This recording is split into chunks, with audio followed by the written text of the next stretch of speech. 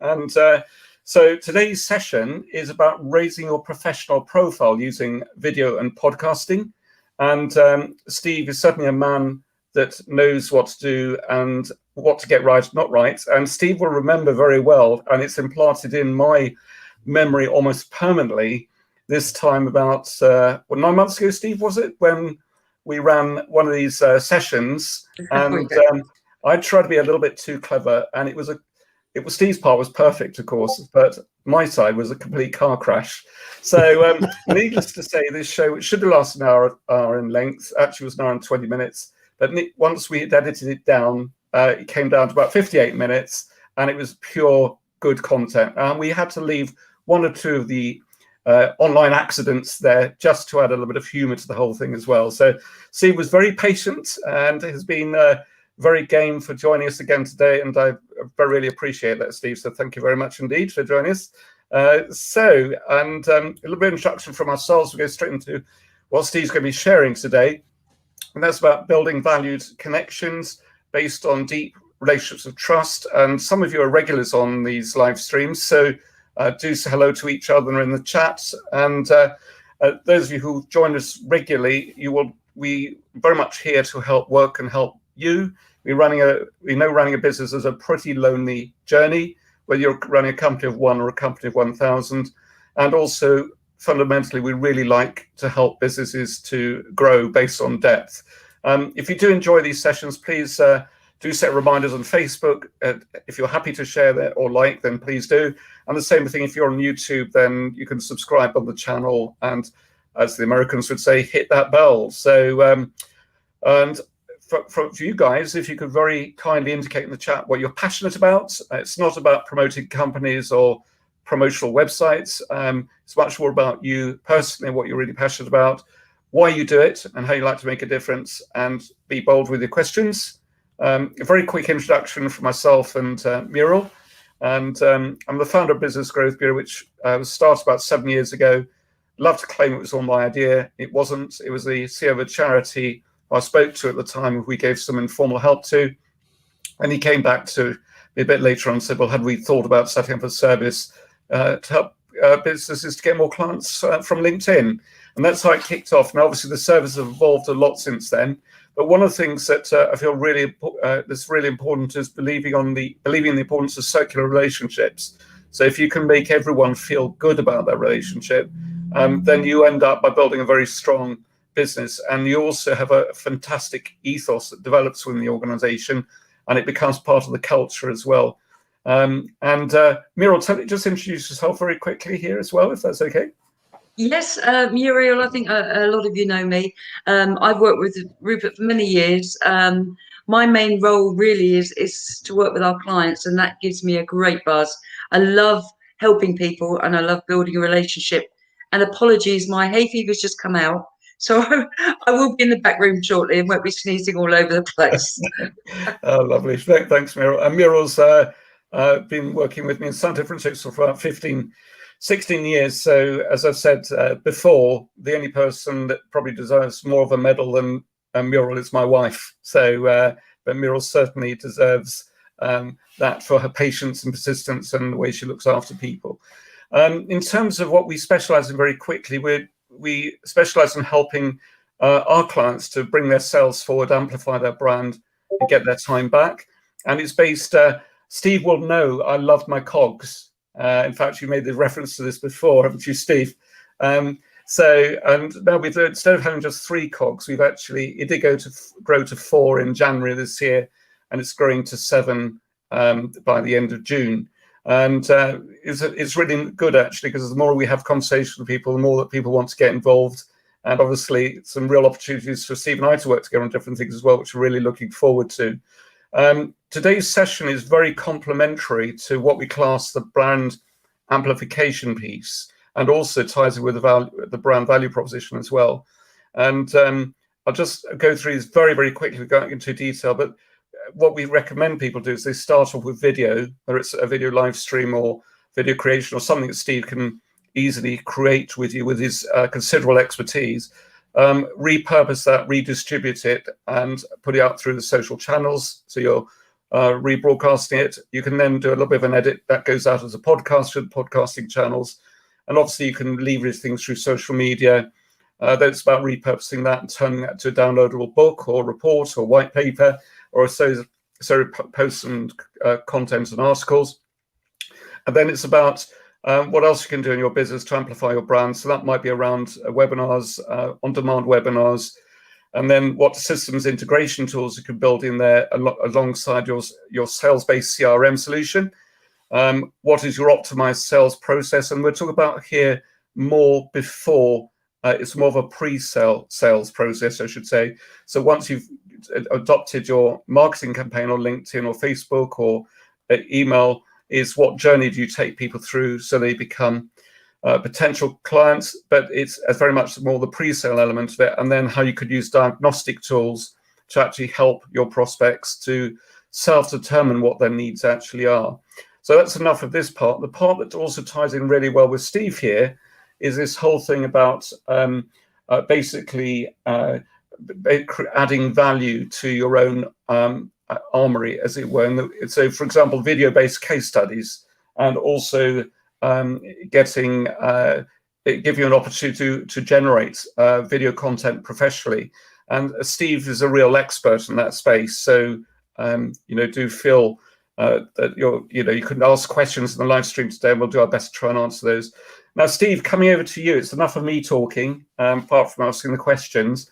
What I'm really keen to know, and this is a little bit more of a personal angle, Steve, rather than the normal Business Connection Lives piece here, but you started in broadcasting. Well, in total, was it about 25 years ago? And that it's a lot longer than that. Actually, I'm one of those people that actually started doing broadcasting in hospital radio 1,000 years ago when I was 17 or 18. I was actually presenting on a station that was in a psychiatric hospital. I'm all right now, and that answers so many questions, doesn't it? But that was the hobby. That was the hobby. What I was doing at the time, I was an engineer working for a computer company, going around London and fixing some of the mainframes that were up there, and slowly progressed on as a product specialist, and then from product specialist into marketing, and spent a number of years as a marketeer.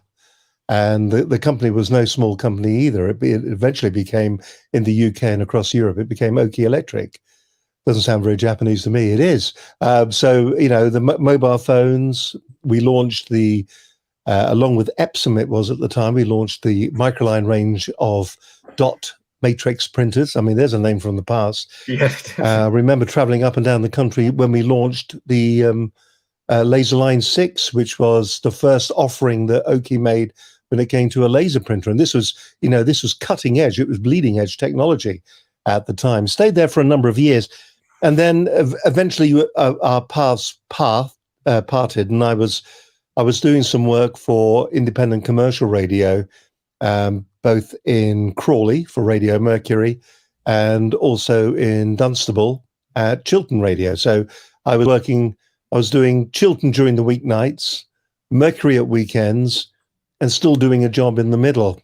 I left the computer industry and then went into the broadcast industry, selling studios, the studio equipment, everything from the mixers all the way through to full, complete turnkey installations for the likes of, as it was at the time, Spectrum in London, and also Kiss and stations like that. So we were a major broadcast supplier in the UK, and then what happened? The career kind of took off in the radio, and I ended up doing drive time radio. And what was interesting, I was running a marketing business at the same time, so I was going out with my own clients and doing marketing work, setting up databases, writing press releases, and doing all those good things that you do when you're doing marketing for another company.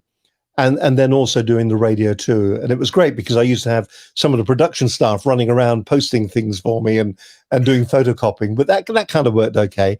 And then eventually one day I was offered the opportunity to do breakfast on Radio Mercury out of Guildford. We'd just taken over County Sound.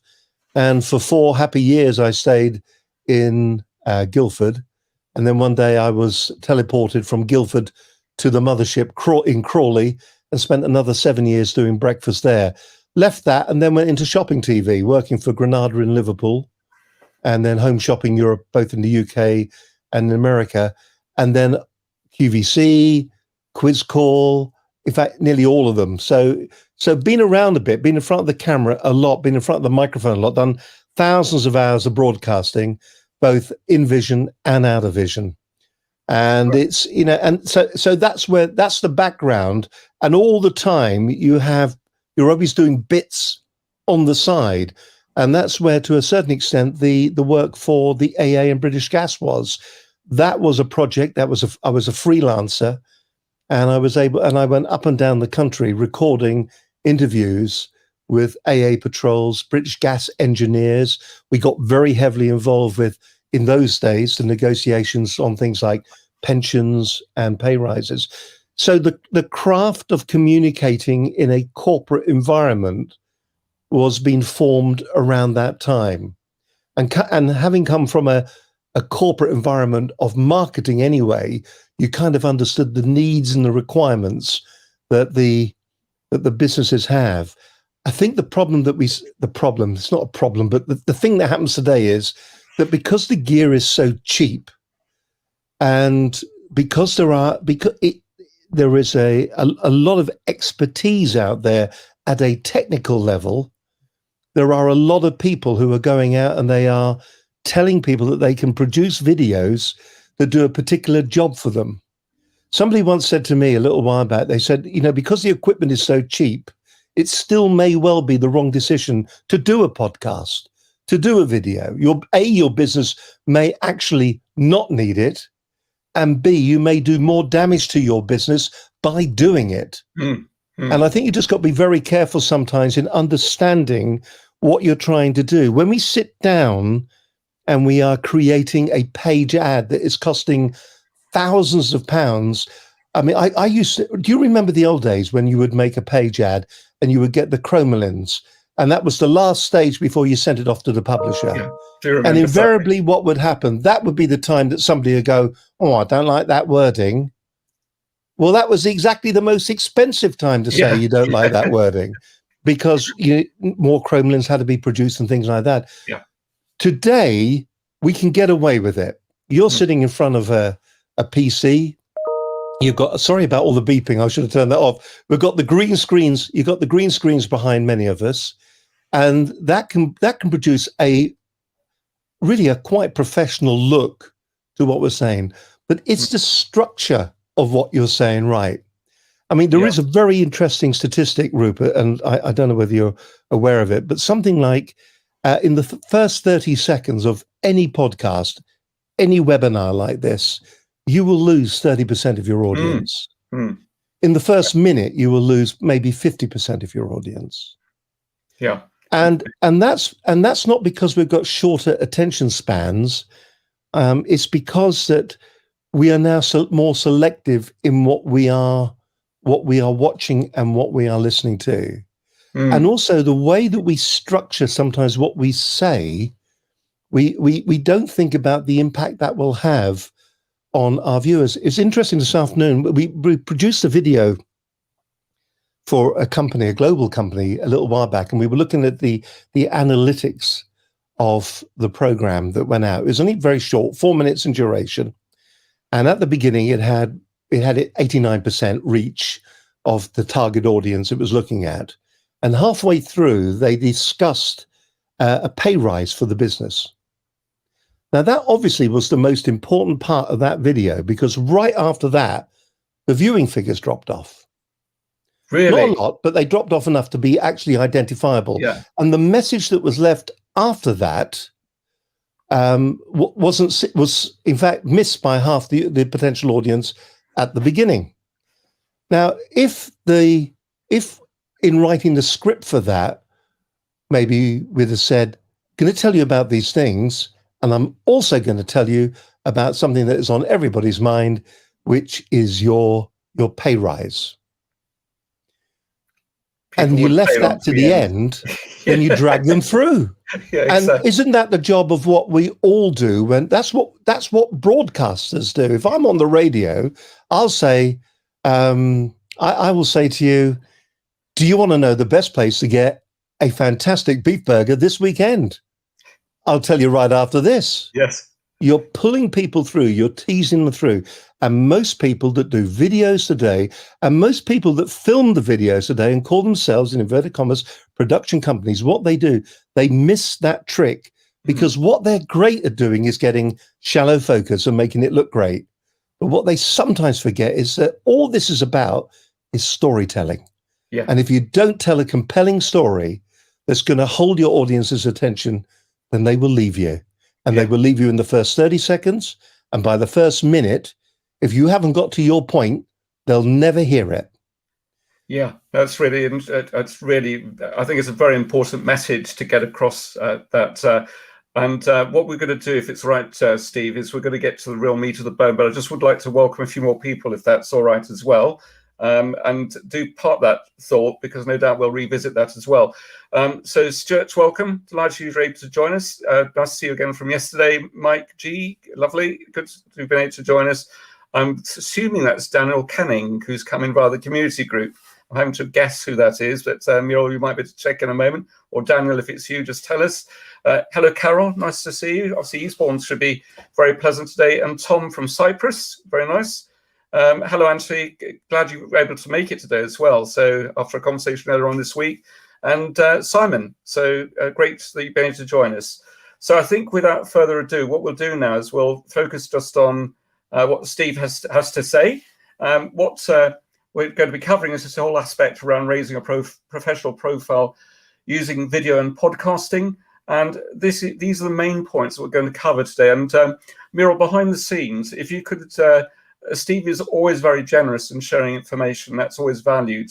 But what might be helpful as well, sorry, I meant to say, Muriel, before you disappeared, could you just very kindly make notes of things that Steve says? Because I think people will be asking probably for you to, so we might need to feed that into the chat if that's all right with you. Okay, so thank you very much. So Steve, let's focus back on you again, if that's okay. So if we could start off with the question really, which is about, we talk about preparation being everything. Now, you obviously mentioned about this whole thing about storytelling, and which of course is so important because it pretty well underpins everything else. And but also, if you don't have a structure to things, then conversations can become quite boring, and also loses a real sense of focus. But could you just expand a little bit more on what you regard as being, when you say preparation is everything? Well, when I say preparation is everything, I think a lot of people turn on microphones. A lot of DJs do, I'll tell you that. They turn the microphone on and they are surprised at what they're about to hear. Not only are the listener hearing it for the first time, so are they. And, sometimes they will surprise themselves. I think when it comes to business videos, bearing in mind that we lose so much of the audience if we don't get the message right, if we don't tell the right story. I mentioned this before on our previous broadcast, is proposition, resolution, and call to action.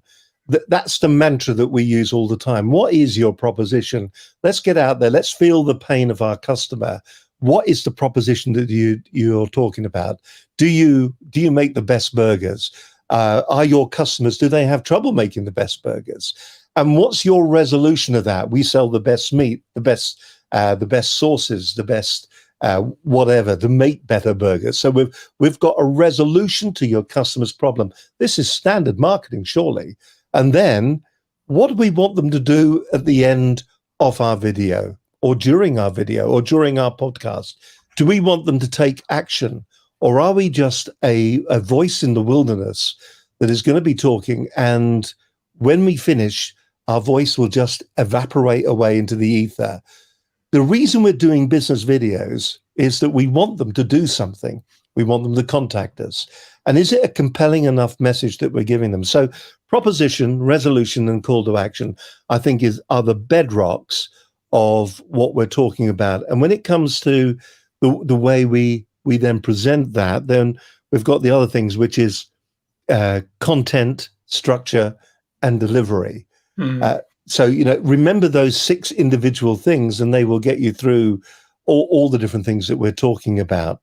Also, I think sometimes is don't be too worried. Don't be chasing the numbers.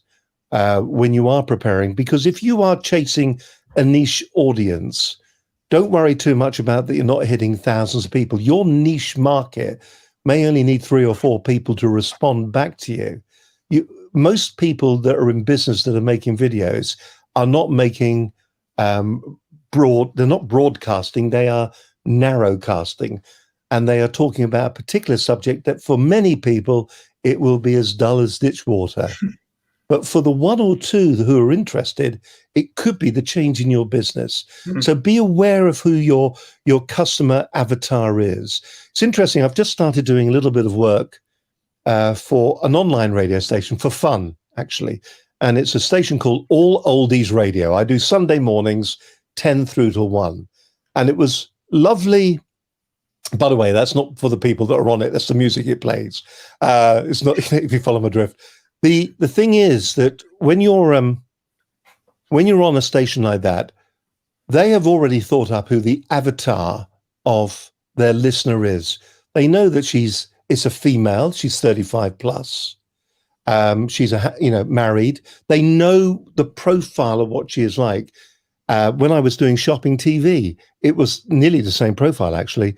35 plus, rabid consumer. They would read countless magazines and catalogs. So it's predominantly targeted at them.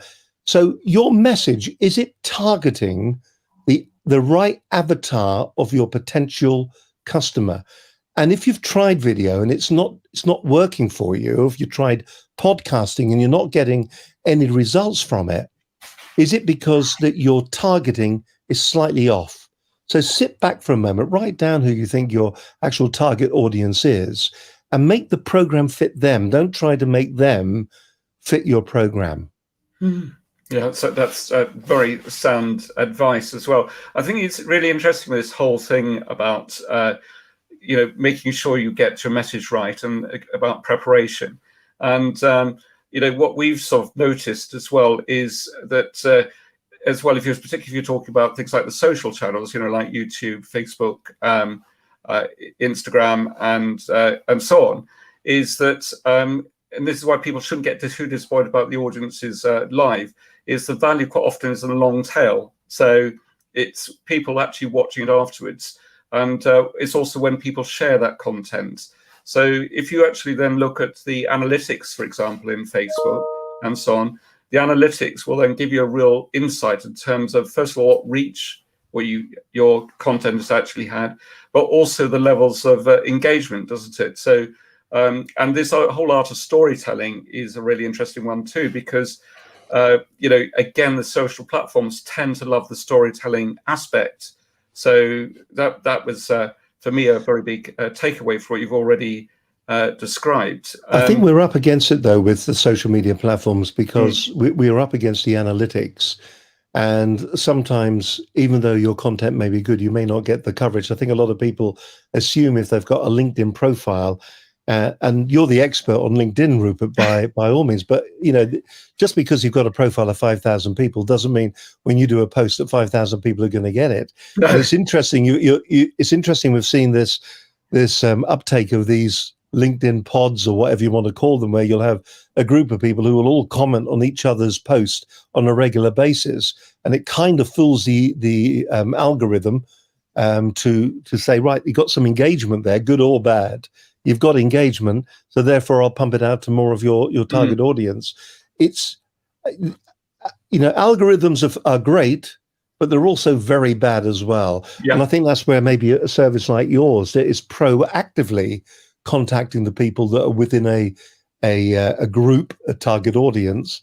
I think that's where that actually works really, really well. Yeah, I think you've hit exactly on the head. For example, if you on LinkedIn, if you're doing sort of direct outreach, because you have to work within the limit, the deliberate restrictions that LinkedIn put on people's accounts, quite rightly so, by the way. You have to get your targeting really quite specific and quite accurate, because otherwise you're off the mark, and therefore you're going to perpetually struggle to get the right potential clients in your pipeline, if I can put it that way. Interesting enough, if you took Facebook as a case in point, it used to be that people recommend you be a lot more specific. But now, because of the way the algorithms work, it actually pays perhaps to go to a larger audience to start with, and then potentially retarget those people, but also allow the messaging or the video content you're putting out to actually help people to qualify themselves in or qualify themselves out. So the whole dynamics of this is absolutely fascinating. And it's going to be interesting to see what happens as well now that this is so techie now, isn't it? But it's going to be interesting to see, because we've just had the latest release of iOS, and of course this interaction between the different apps to see what people are doing.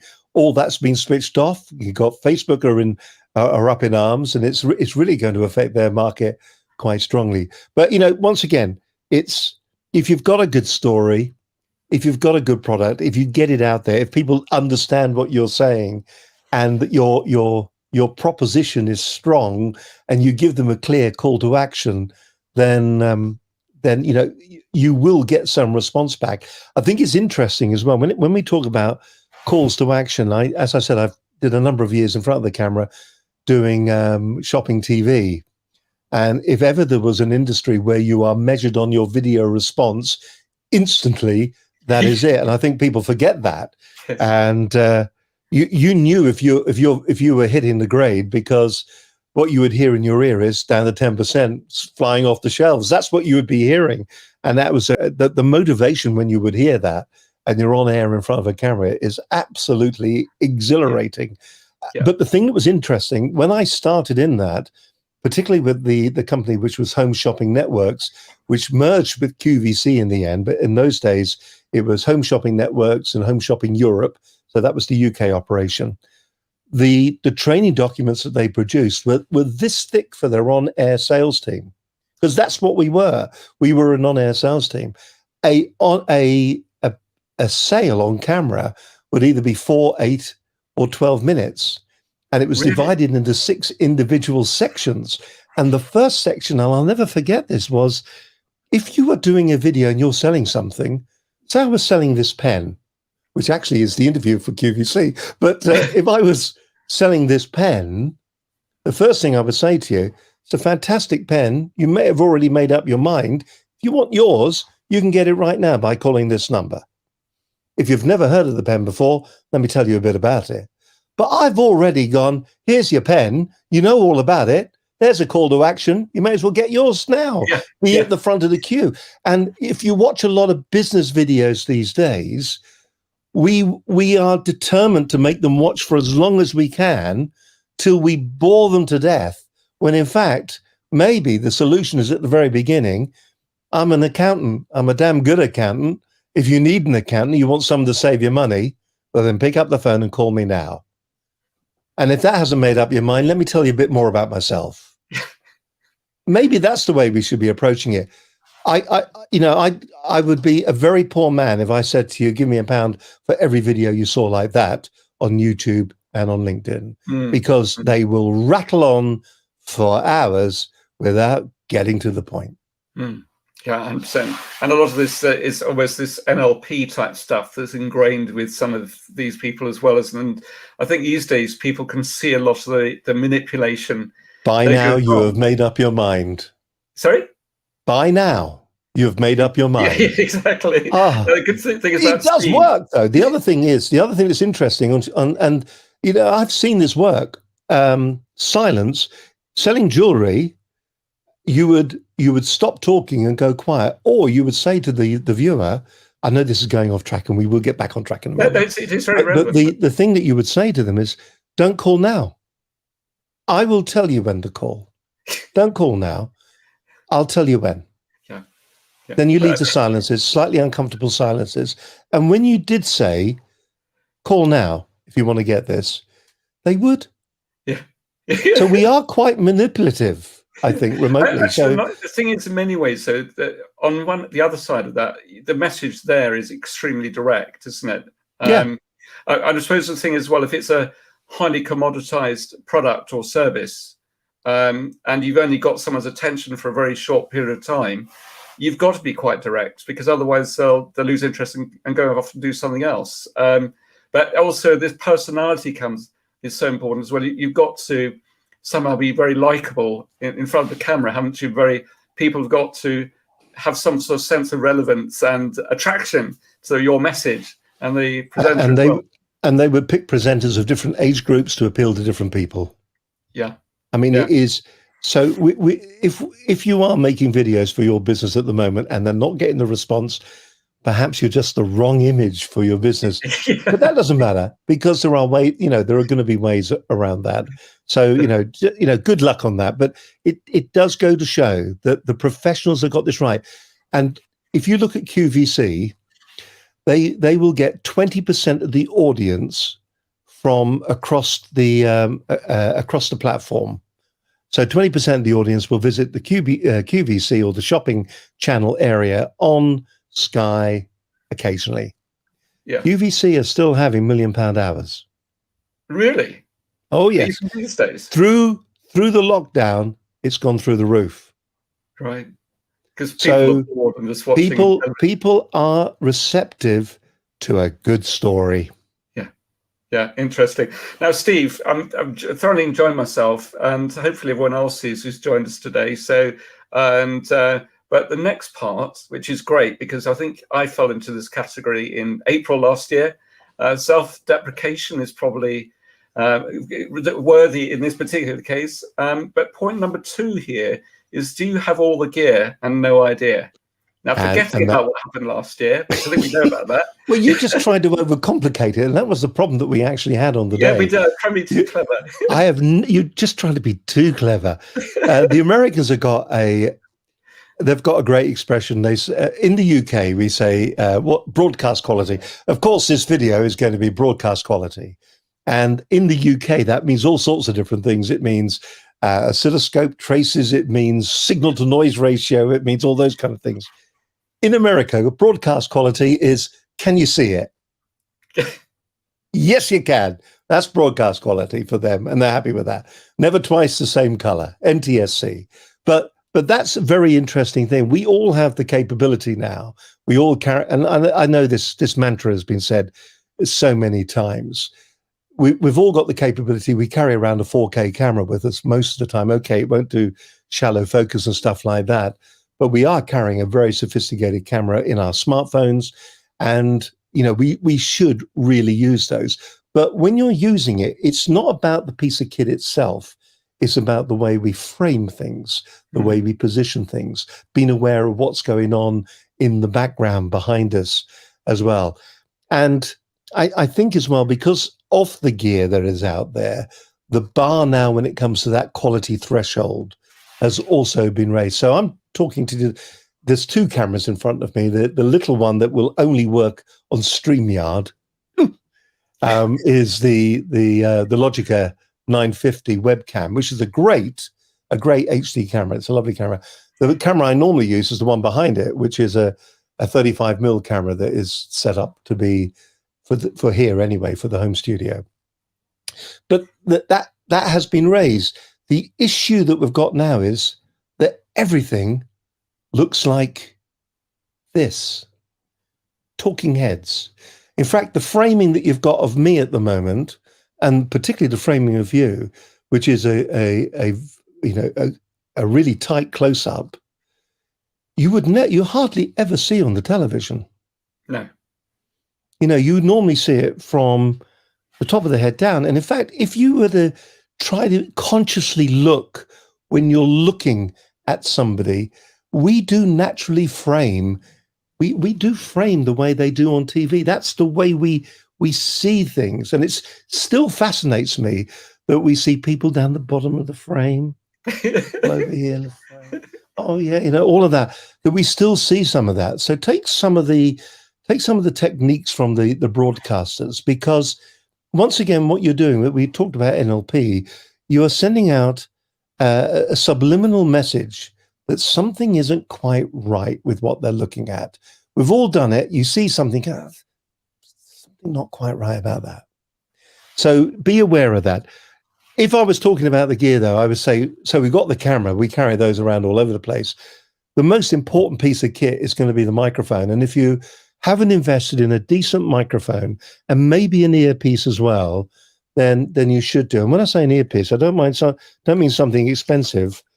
I've got something here that I sent these out. We were doing a recording for a large recruitment company, and we sent green screens out to everybody, and then we recorded them down the line. And 50% of the people we sent this to used it, and the other 50% didn't. Look at this. It's just a small microphone and an earpiece. Now, the reason that makes you sound so much better, this is £14 from Amazon, this piece of kit. The reason that makes you sound better is when you're doing something on screen and you're just using the loudspeakers in your PC or whatever, the piece, your computer is trying to cancel out the noise of the person that's talking to you when you're talking. And that cancellation makes you sound thinny and nasty. It doesn't give you that warmth and depth. Now, I don't know how I sound to you on this program, but the microphone here is a £300 microphone.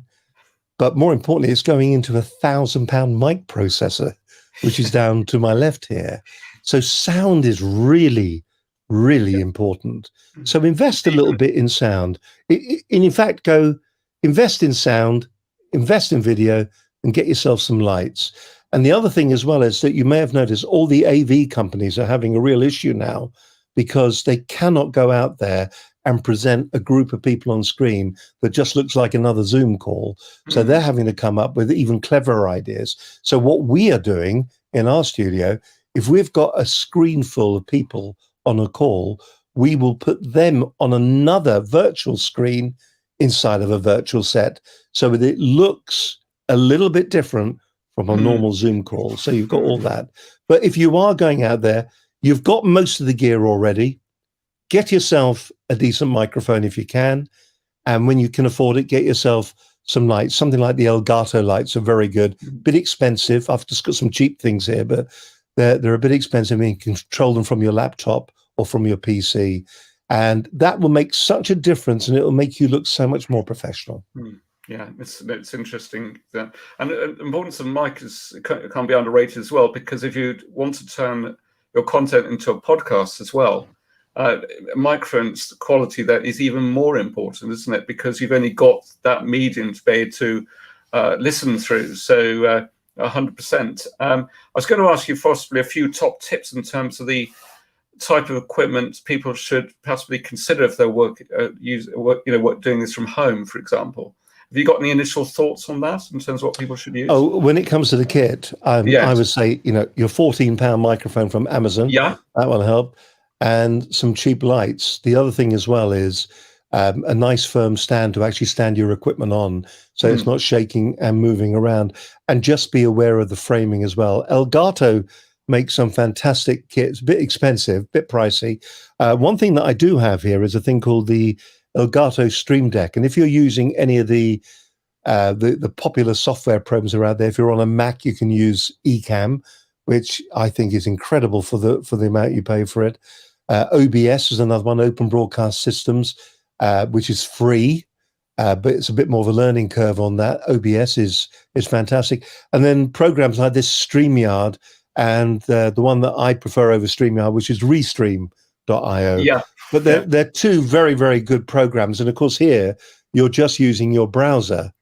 That's if you're doing video. If you're doing audio recordings, maybe for your podcast, one that I've had a lot of success with is Riverside.io. And what that does, and I love this for podcasting, and we use this a lot for this recruitment company that we did the recordings with. When you're recording somebody remotely, what it is doing is it is taking the best possible feed from your camera and the best possible feed from your microphone, and it is recording it locally. So even if you have internet glitches and things like that, when you finish recording, when you press stop, it then sends you those files. Now, if you're doing a bit of post-production afterwards, that is an absolute blessing, because then you can EQ things and make them sound right. So I would say go Riverside. The other one is Clean Feed, which a lot of the pros use.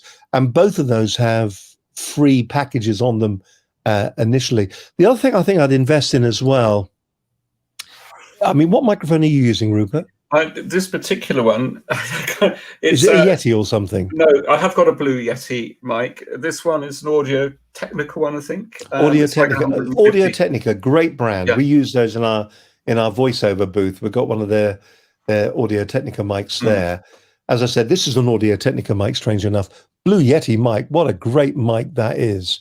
Absolutely brilliant. And of course, it means as well that it's got the headphone jack on the back of it too. Maybe the other thing to invest in potentially is a mixer. Now, the Rode podcast mixer is brilliant. It's 500 quid. But do you know what? You can get as good results if you were to go out and get yourself one of the cheaper Behringers at around about £150. Wow. It may not have the buttons down the side, but I can tell you what, you'll get just as good mic quality out of it as well. So I'd go down that particular route.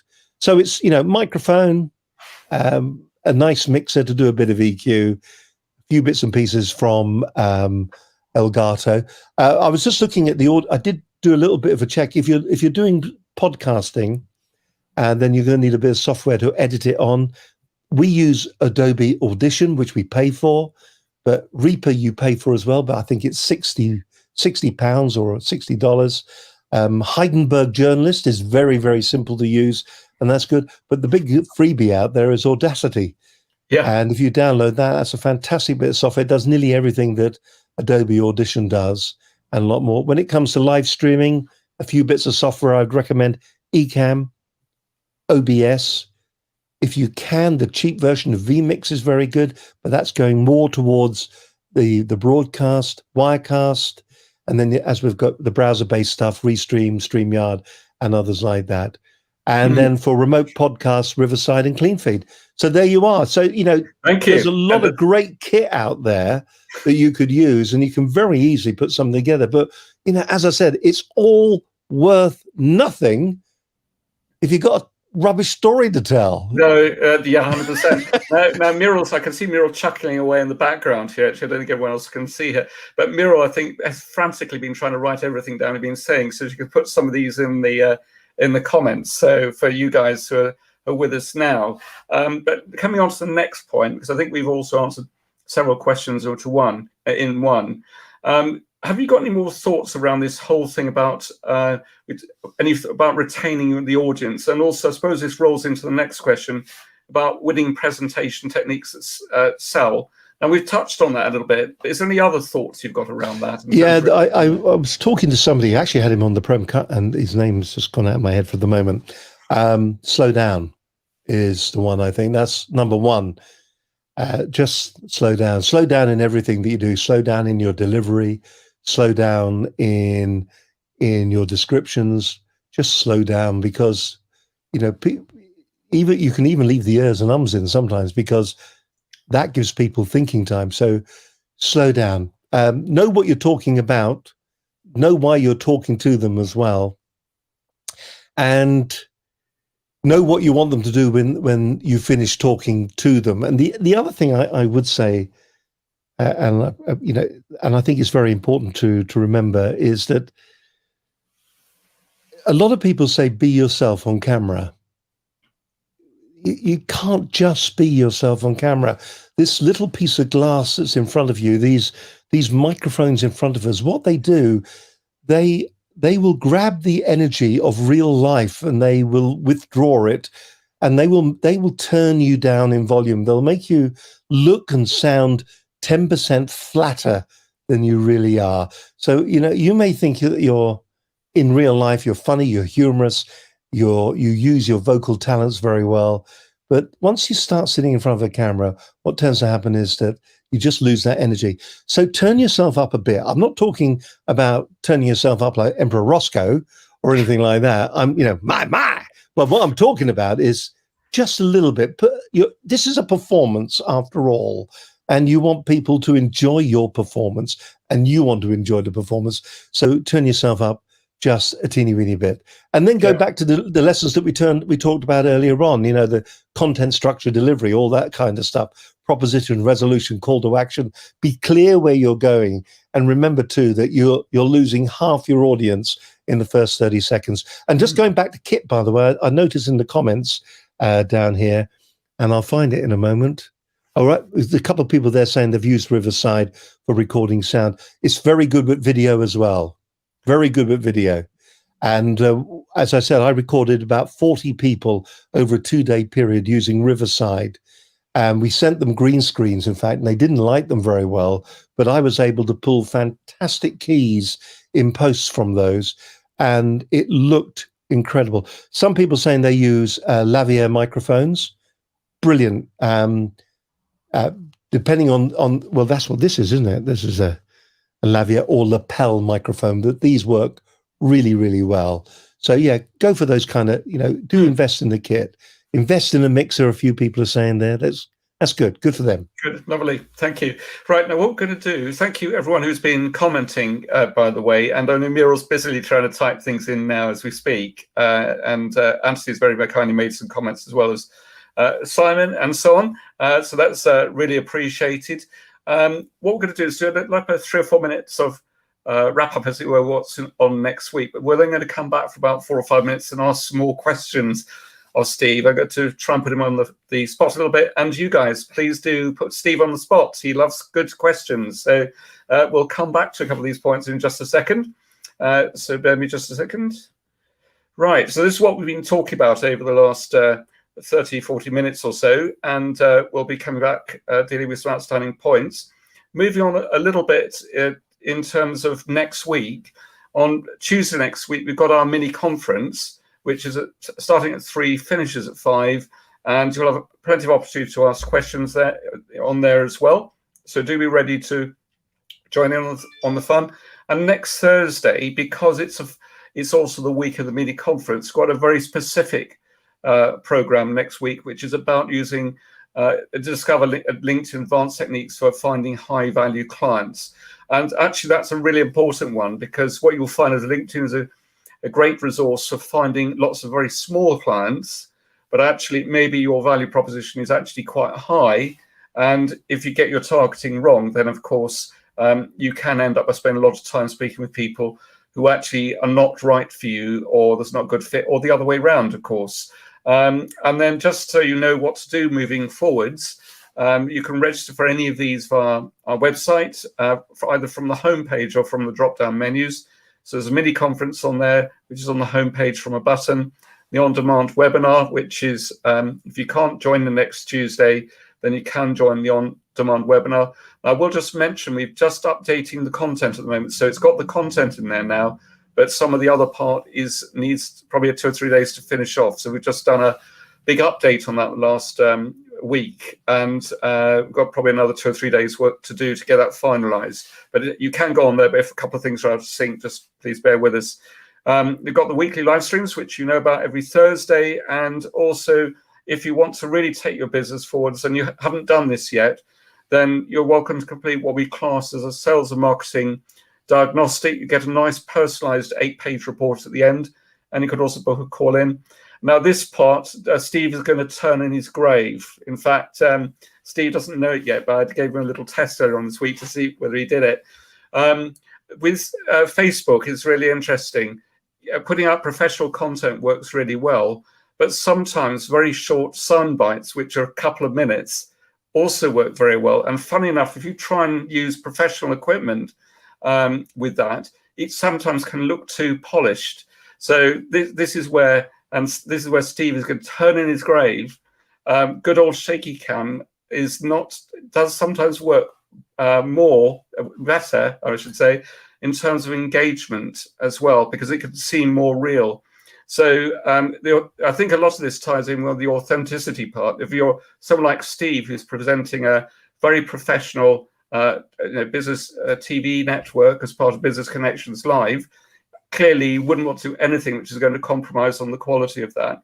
If you're trying perhaps to get a very simple message out there, and you just need to keep people's attention for 1 or 2 minutes because you're just wanting to build on engagement rather than sales per se, then sometimes you can compromise a little bit on that. So no doubt Steve will give me a hard time over that point a bit later on.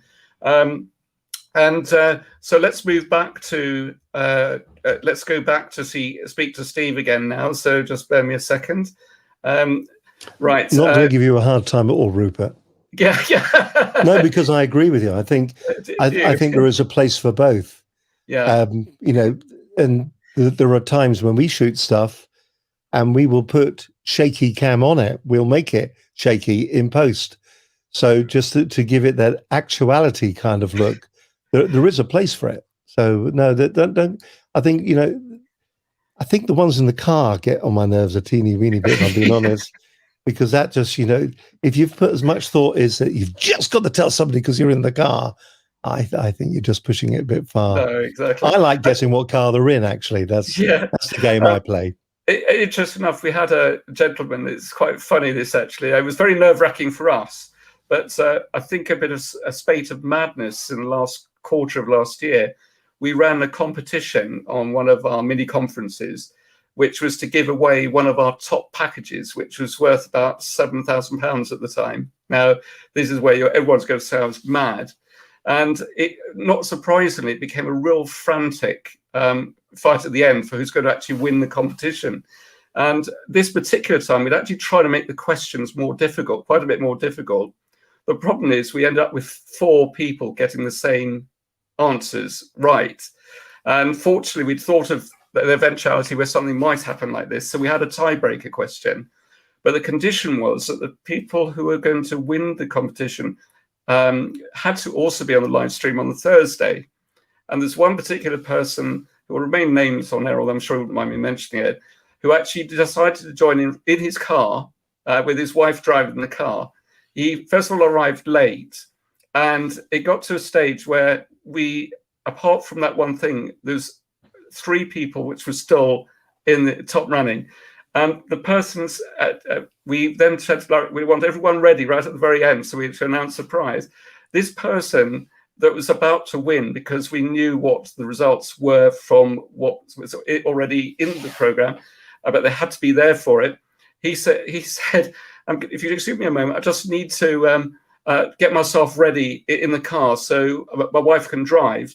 And of course, he dropped out for about 30 seconds, came back in again. I can't believe it came about 10 seconds before we were to announce the winner.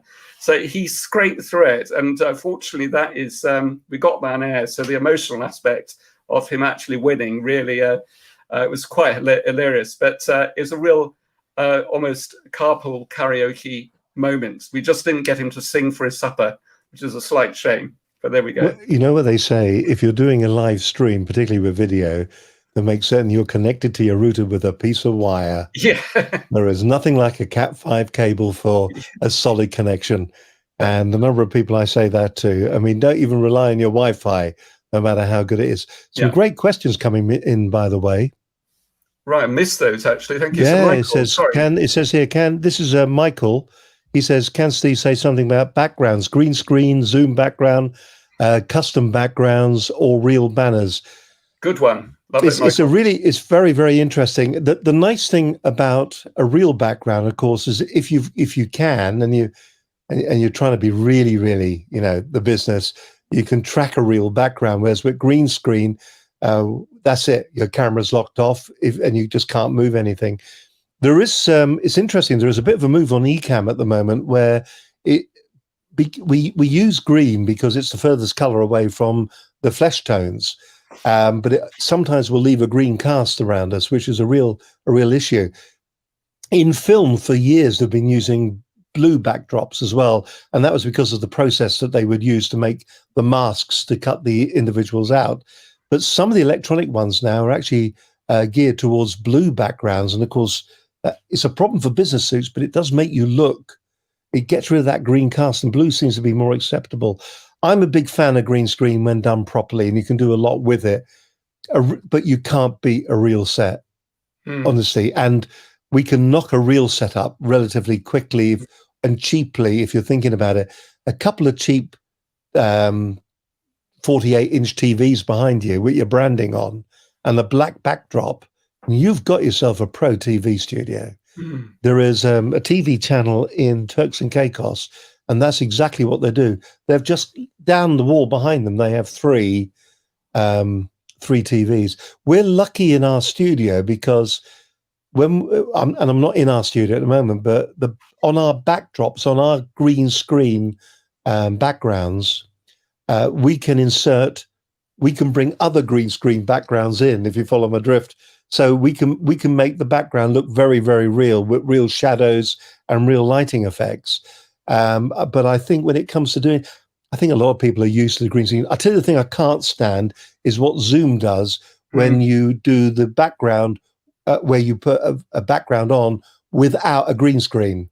So as you move around, it tries to catch up with you. It's just trying to find where the mask is. Effect, don't you? In fact, it's interesting because actually a lot of people do try and do that. And the bottom line is say, unless you've got a very fast processor in your computer, it's actually not worth bothering a lot of the time, because the actual what happens, the processor just or graphic GDI or whatever it is, graphics processor, just can't keep up with it. So you look all blurry when you wave your hands around. And obviously what you don't want to be is stiff in front of the camera either. You want to be quite animated, don't you? And all these other good things.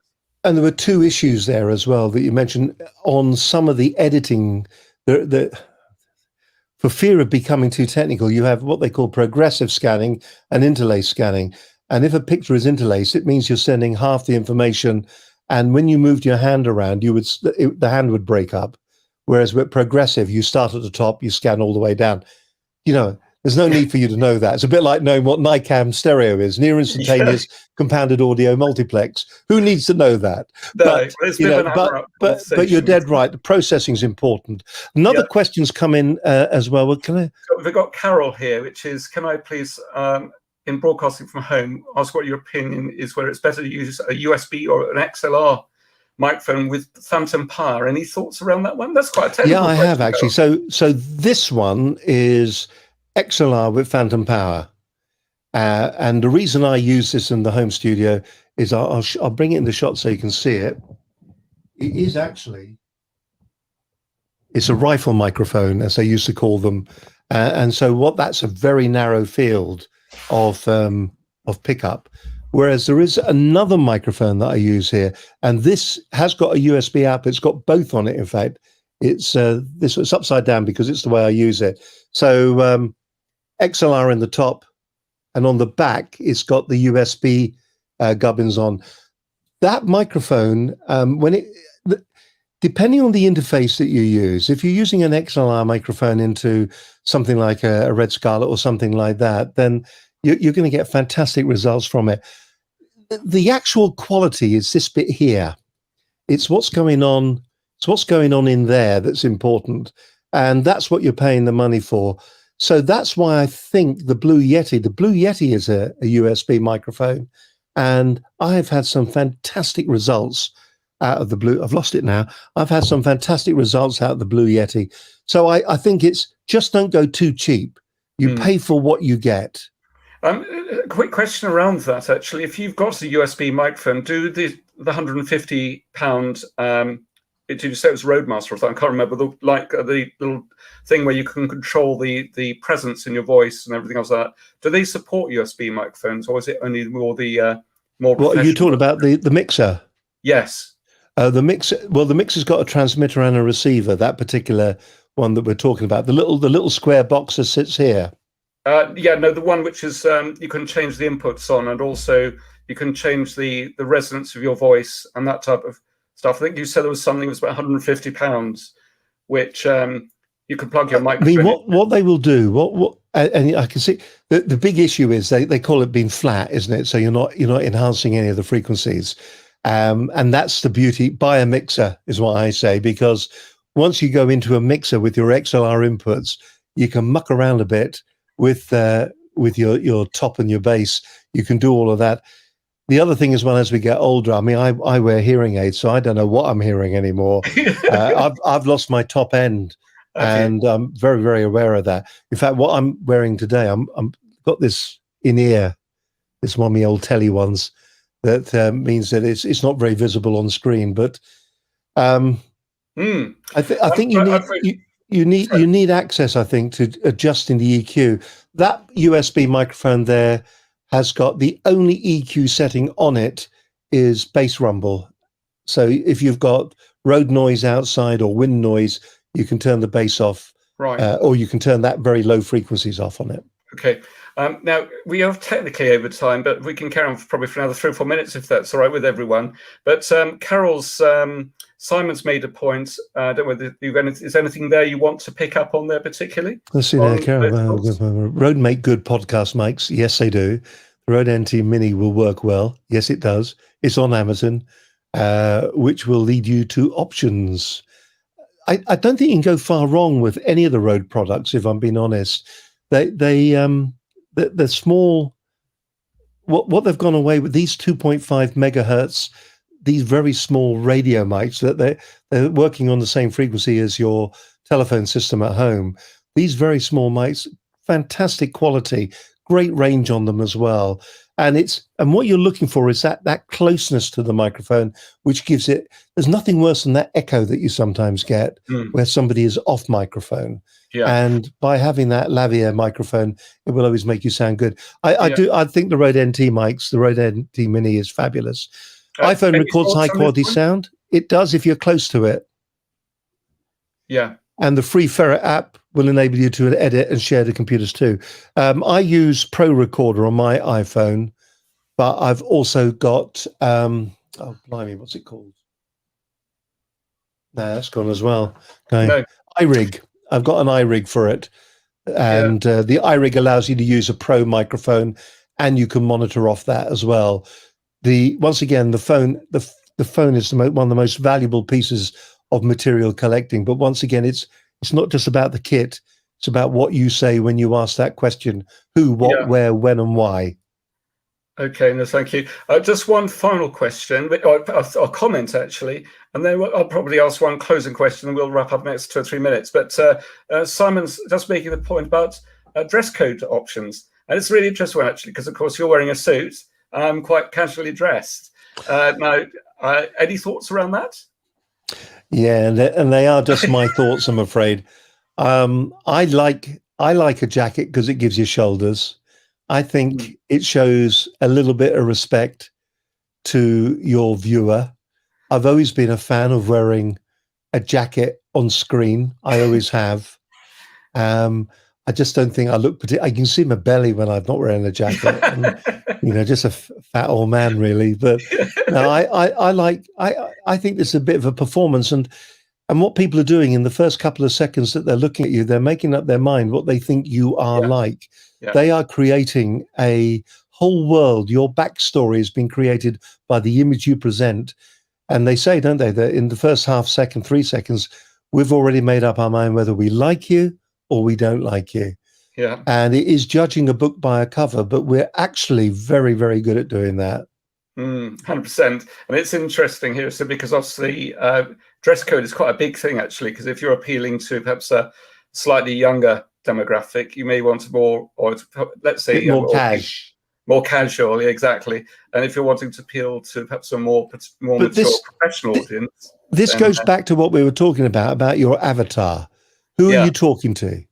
Yes. So your dress should match your avatar. I think there was a video that I watched. It was a program that Muriel's back. She's telling us, get off. And what it was a professional organization that do online conferences. In their promotional videos, they were wearing suits, ties. The men looked smart. The women looked businesslike and smart.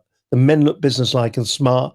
Yet when they went to the actual inserts, which was another Zoomish kind of look, they were wearing T-shirts and they hadn't shaven, and that was just the women, and and that is the problem. That is the problem. What is the image you want to project? If you are a solicitor, what's the image you want to project? If you are a marketeer selling your services, how do you want to be perceived? There's a guy that we both know called Antonio Falco. His brand is his suits.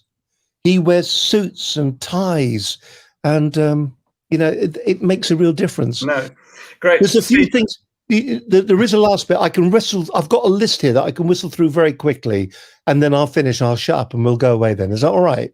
Yeah, I've got one final question for you, which is something we promised to do with for our audience. But go on, you fire away with your list. And all right. Your challenge is just taking it to the next level of making it look and sound great. Try if you can to get away from the Zoom look. because we're sick of it. We are suffering Zoom fatigue now. Watch the TV, see how professional broadcasters and the BBC and ITV and all those people, how they frame themselves on screen and copy it. If you can, use a second camera to deliver some of your story. And when I say that, one of the most powerful things you can do is deliver your story down this one and then turn to a close-up and give your call to action. That really is powerful. Don't forget visual variation. Make it change around a little bit. If you've never tried one, try a prompter on your camera. There are some cheap ones that will go on the front of your 35mm camera. In your podcast, use musical stages and bumpers to identify where things finish and where they begin and where you're changing subject. That gives the listener something to think about.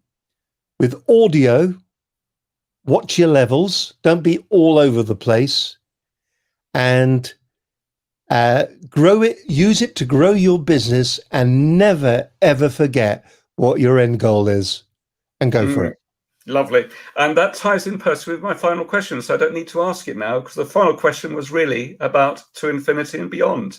So that was perfectly on cue, Steve. So thank you very much. We obviously My pleasure.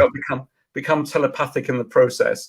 I am psychopathic. Am I allowed to mention the thing we talked about?